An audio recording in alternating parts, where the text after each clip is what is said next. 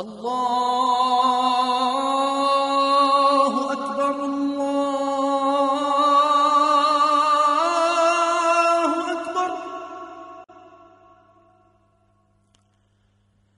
الله أكبر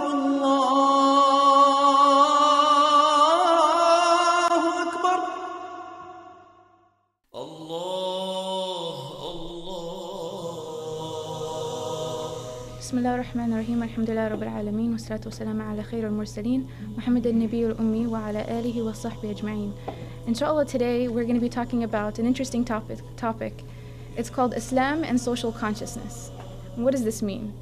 SubhanAllah, during this month when you feel hungry, do you just feel the hunger of the hungry Muslims in the world? Do you just feel the thirst of the thirsty Muslims in the world? Or do you feel the hunger and the thirst of all of the hungry people in the world? Do you understand what they're going through? SubhanAllah, that in this month we are increased in our sense of humanity. And we are increased in our concept of social consciousness. We become more aware of what other people are going through. And this is something that is at the core of being a Muslim. And the first step to social consciousness is to realize that our circle of concern is not just limited to race, it's not limited to gender, it's not even limited to religion.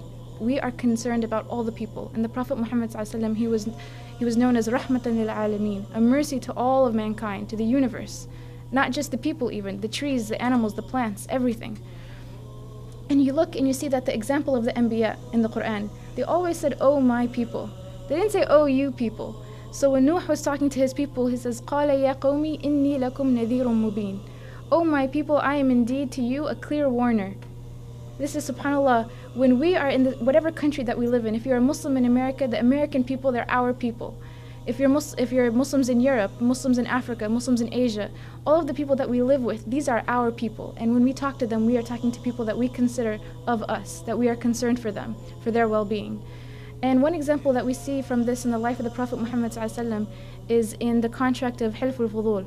And this was something that happened before Islam, actually. And the people of Mecca at that time, there was a situation that required protection of another Arab. And so they formed this contract and they said, all of those who signed the contract, we're going to protect anyone who comes into this land who is suffering from any form of oppression, and we will defend him. And after Islam, the Prophet Muhammad ﷺ, he discussed this, he talked about it. He said, I had witnessed an alliance being convened in the home of Abdullah ibn Jud'an, that if the likes of it were to occur in Islam, I would enter into it. Seek such alliances and restore even the simplest of rights to the people. No oppressor should have power over the oppressed. In very clear terms, the Prophet Muhammad ﷺ, he tells us to be concerned about the well-being of all people, not just the well-being of Muslims. So yes, we're concerned about the war in Iraq, but that's not all we're concerned about.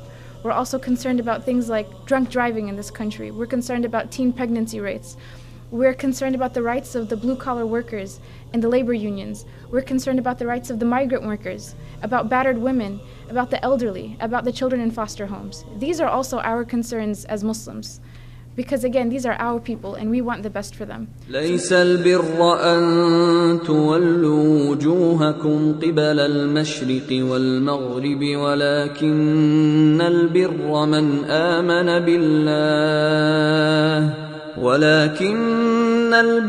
من آمن بالله واليوم الآخر والملائكة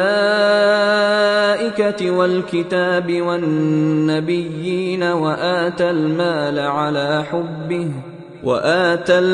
على حبه ذوي القربى واليتامى والمساكين وابن السبيل والسائلين وفي الرقاب وأقام الصلاة وآتى الزكاة والموفون بعهدهم إذا عاهدوا والصابرين في البأساء والضراء وحين البأس أولئك الذين صدقوا وأولئك هم المتقون. So may Allah subhanahu wa ta'ala increase us in social consciousness and in awareness, and may He make us like the one who He described as Rahmatan lil Alameen. Again, thank you for joining this episode of In the Shade of Ramadan. Assalamu alaikum.